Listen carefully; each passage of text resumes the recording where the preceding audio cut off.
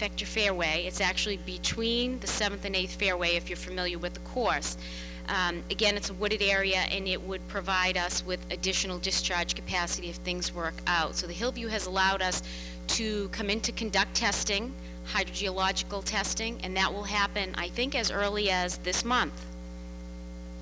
In return, the Hillview is actually interested in using some of our purified effluent to irrigate the property.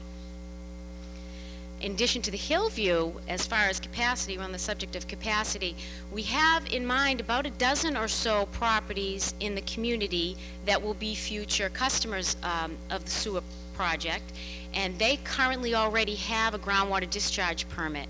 So these may be somewhat smaller than the Hillview, but larger than residential properties combined will also provide some discharge capacity for us. So we're getting there. And the third topic I wanted to make sure I mentioned is the alternatives to groundwater discharge. Right now our project is, the intent is that after the wastewater is treated and purified, we will discharge it into the ground. But we are going to revisit two things that we initially started with. One is a surface water discharge, which is a discharge directly into the Ipswich River. This was difficult initially and may still be regulatory-wise because there needs to be certain dilution factors, and oftentimes the Ipswich River is bone dry. So we're not sure, but we're going to look at it again. The other thing we're revisiting is talks with MWRA. Back when this program was first discussed, the town visited with MWRA, it has to be 10 years ago, and MWRA had the capacity to allow North Reading to tie in, but again, DEP, and you probably remember me saying this in many reports in the past, DEP would not allow the town to draw its drinking water from the Ipswich River Basin and then discharge it outside of that river basin. In the case of MWRA, it goes into the ocean.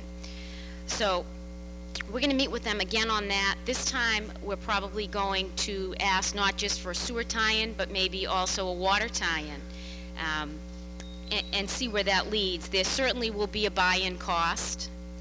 There will certainly be regulatory issues, and there'll be a need for a large interceptor through either Reading or Wilmington, and I'm sure that will come at a cost as well. With regard to the plan, the Comprehensive Wastewater Management Plan, it is in draft form. It's actually in the hands of DEP now for review. It's missing just one piece, and that is the funding, and that's just because decisions have not yet been finalized. But I believe there is a copy available at DPW, so people can sign that out if they'd like to take a look at it.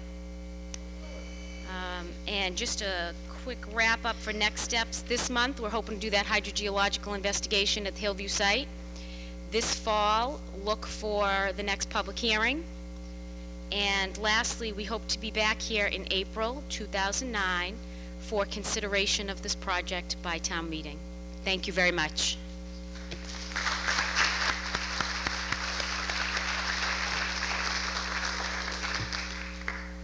For the Finance Committee, the Chairman, Abby Hurlbut. Abby. Hi, good evening and welcome to you all. Everyone in this room is familiar with the current state of affairs at both a national and a local level. This economic trend did not start just a few weeks ago on Wall Street. We have been experiencing an increase in expenses and a decrease in revenues for a while. Building permits have been down. Motor vehicle excise tax has been close to flat, to name just two. When the economy is in trouble, people are slow to put family room additions on their homes. Hence, building permits are down, and in addition to this, our new growth figure does not increase. During times such as this, people frequently are not purchasing new cars. This affects the town's revenue from excise tax in two ways. Excise tax is not increased by the value of new cars, and since the old cars are yet another year older, excise tax from those existing vehicles decreases. Both building permit fees and excise tax are a part of our revenue stream. These are just two ways in which our bottom line is affected. The Finance Committee is very concerned with the escalating costs of providing level services to the town. We are concerned not just about the projected deficit in 2010, but we are immediately more concerned with the current 09 budget. In late August, we sent a letter to both the Board of Selectmen and the school committee urging some belt tightening and suggesting a hiring freeze. I am sure you are all aware that the Commonwealth is in the process of cutting this year's state budget. This will be the first attack. It has been suggested that there will be further cuts in January. Friday, the governor's office suggested that while the state will make every attempt not to cut aid to cities and towns, they recommended that towns need to start cutting their budgets wherever they could so as to be prepared should there be eventual cuts to state aid. North Reading needs to tighten its belt for the current year now. The financial picture for 010 does not look any better. Tough, hard decisions will have to be made. We need the town to pull together during these difficult times. Maintaining a sufficient level of services deemed essential without budget cuts may not be possible. The FAC committee has made a good start at examining various areas for economic efficiencies. This is the year when the community has a number of major contracts up for negotiation. Fire, police, DPW, and teachers will all be negotiated. We urge both the municipal and the school collective bargaining teams to use restraint and consider what may be a decrease in the level of revenue.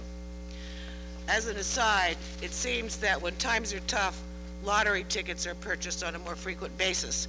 And while the most recent lottery figures suggest that the rate of growth this year is about 3% off from what it was last year, the more recent data suggests that people are rushing in droves to their local convenience stores. Thank you.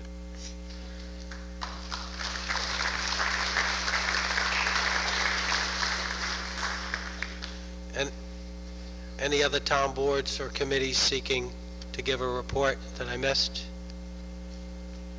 We have the motion. We've had the reports. Any further discussion? Sir? Yes. To the microphone, please, and state your name and address for the record. My name is James Perkins. I live at 22 Mount Vernon Street in North Reading. And I wanted to thank the people that have been making these reports and also the committees that have been working on finances, etc. My question, I had a question and I wanted to find out from you if it's appropriate now to ask questions of these people who had made these reports. Is it time, can we discuss it now? Is that? Do you have a specific question for someone who gave a report, yes, sir? The gentleman whose name... If you could speak into the microphone, I'm having a hard time hearing you. Well, I've got it almost in my mouth here. I wanted to ask the gentleman who had... Is it on? Yeah. I wanted to ask the gentleman who did the financial advisory. Okay. How's that? Better? Okay.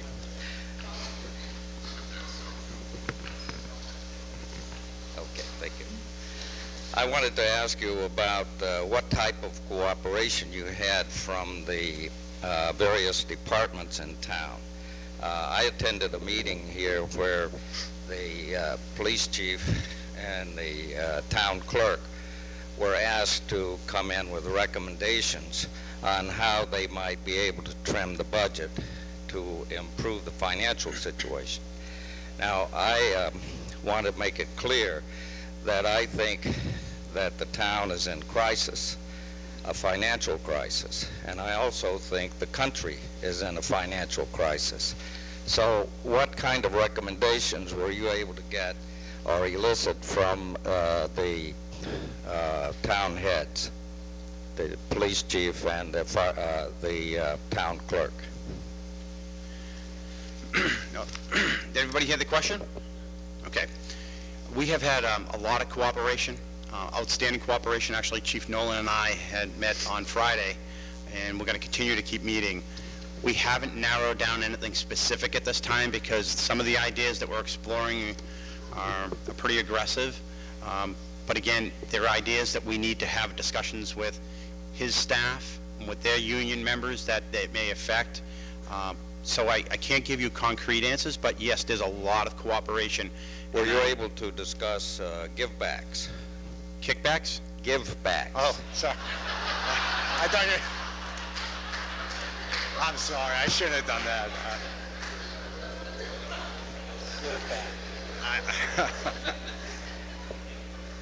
You gotta lighten it up a little bit. I'm sorry, I'm not familiar with the term givebacks. Well, the Auto Workers Union had to give up their medical payments, medical insurance for the retired workers. And of course, many of them took pay cuts. And so that's what I'm specifically asking you now. Mr. O'Leary just informed me that it is part of the collective bargaining discussions, which are outside of our scope of our efforts. I'm asking about what you discussed at your meetings. Is that inappropriate? That we did not discuss that particular subject, but what did Chief Nolan and I discuss? Is that your question? Okay. Yes. Okay. And specifically the givebacks. No, we did not have any discussion about the givebacks. Okay. Could I get your name, please? It's Michael Prisco. Could you spell that last It's name? P-R-I-S-C-O. Thank you, Michael. I appreciate your volunteering your time. And I apologize I didn't have a good answer for you. That's quite all right.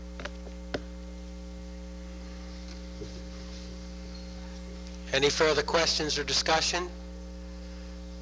Seeing none, all those in favor of the motion, please say aye.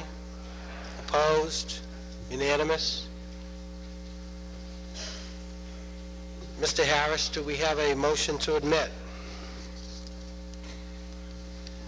Mr. Moderator, I move that the following persons be admitted to the meeting: Alex Schaefer, 23 Irwin Road, and Richard Thompson of the Globe Northwest.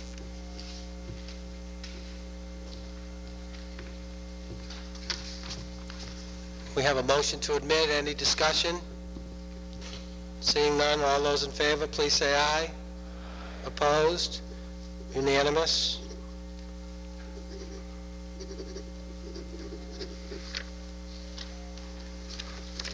Article 2, Mr. Messeri.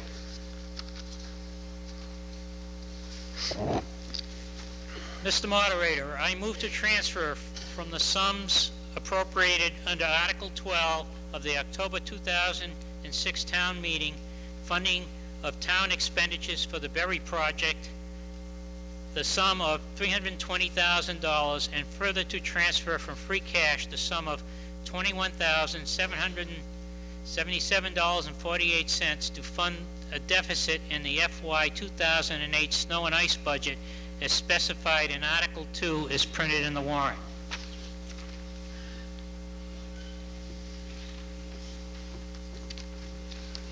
We have the motion. Does the Board of Selectmen wish to make a recommendation? Mr. Messeri. Board of Selectmen recommends. For the Finance Committee, Mr. Mastacusa. Yes. For a brief presentation, Mr. Messeri.